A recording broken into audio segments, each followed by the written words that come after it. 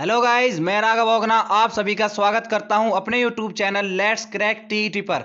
उम्मीद करता हूं आप सभी अच्छे होंगे, स्वस्थ होंगे और अपने अपने घरों में सुरक्षित होंगे।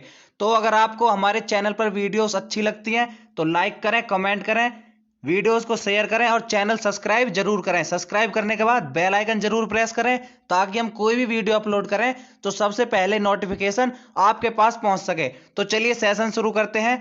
तो आज हम पढ़ने जा रहे हैं क्या, असेसमेंट। असेसमेंट जो लर्निंग के लिए असेसमेंट है, असेसमेंट मतलब आकलन। तो ये है कि अधिगम के लिए आकलन, अधिगम का आकलन, अधिगम के रूप में आकलन या अधिगम में आकलन।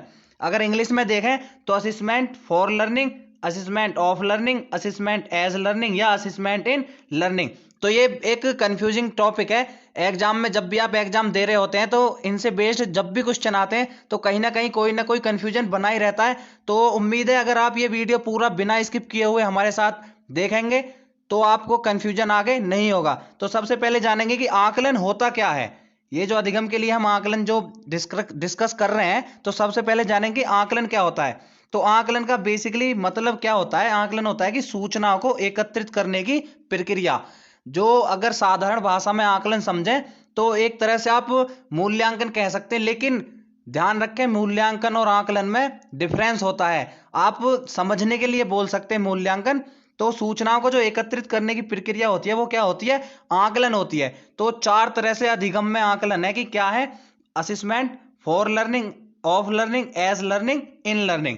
तो इन चारों को डिटेल में समझेंगे। चलते हैं नेक्स्ट स्लाइड की तरफ। तो नेक्स्ट है कि सबसे पहले जानते हैं असेसमेंट फॉर लर्निंग क्या होता है। अधिगम के लिए आकलन मतलब क्या हो गया इसका। अधिगम के लिए आकलन मतलब जो अधिगम के दौरान जो हम सीख रहे हैं, जो बच्चा सीख रहा है, उसी के दौरान क्या हो, आकलन हो, जिससे कि बच्चा आगे बेहतर सीख सके। मतलब क्या हुआ कि आप कुछ पढ़ रहे हैं, आप कुछ सीख रहे हैं और उसका फिर आपने आकलन किया। आपने जो सूचनाएं हैं, जो भी डाटा है, उसको एकत्रित किया, इकट्ठा किया, कलेक्ट किया और आपने देखा कि हमने अभी प्रीवियस जो भी हम सीख रहे थे इसमें ये चीजें गलती हो गई। तो आप क्या कर सकते हैं, अधिगम जो अधिगम के लिए आकलन है, असेसमेंट फॉर लर्निंग में आप उसको आगे अच्छे से बेहतर से सीख सकते हैं।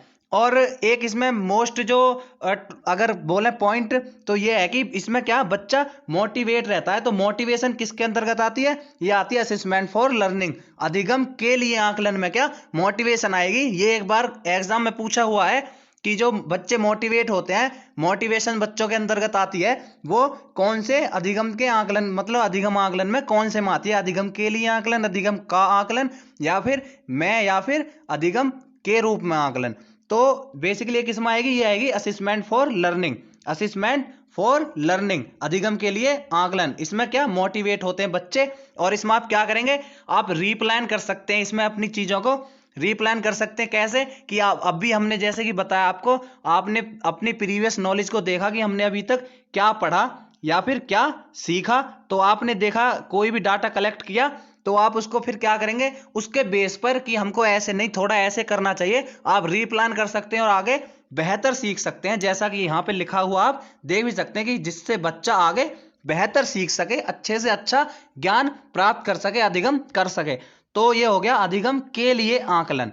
तो नेक्स्ट है जो सेकंड नंबर है कि असेसमेंट ऑफ लर्निंग मतलब अधिगम का आकलन।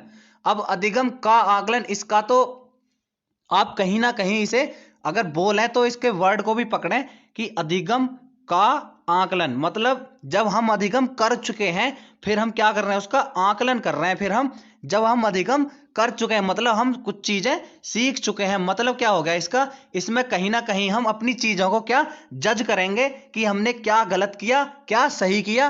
तो जज कौन करेंगे, टीचर्स या माता पिता या फिर समाज या परिवार, ये जज करते हैं कि बच्चे ने क्या गलत सीखा, क्या सही सीखा।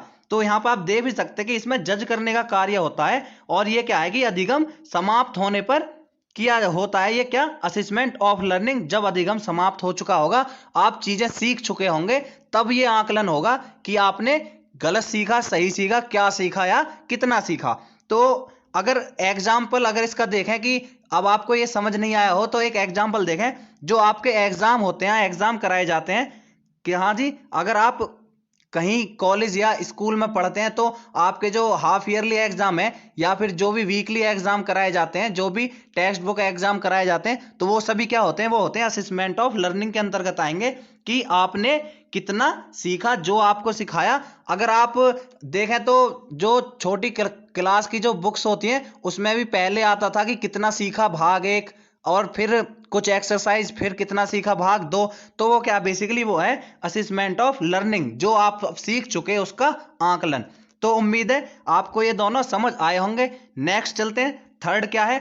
थर्ड है कि असेसमेंट एज लर्निंग।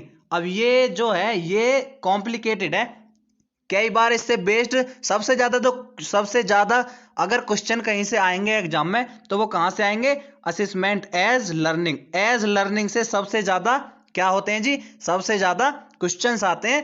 क्या कहां से आते हैं, असेसमेंट एज लर्निंग। तो ये है अधिगम के रूप में आकलन।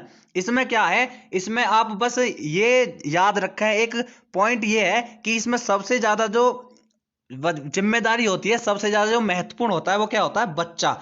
जो ये जो है इसमें बच्चा सबसे ज्यादा महत्वपूर्ण होगा। क्यों होगा, क्योंकि बच्चा जो भी उसने सीखा वो खुद का आकलन करेगा, स्वयं करेगा।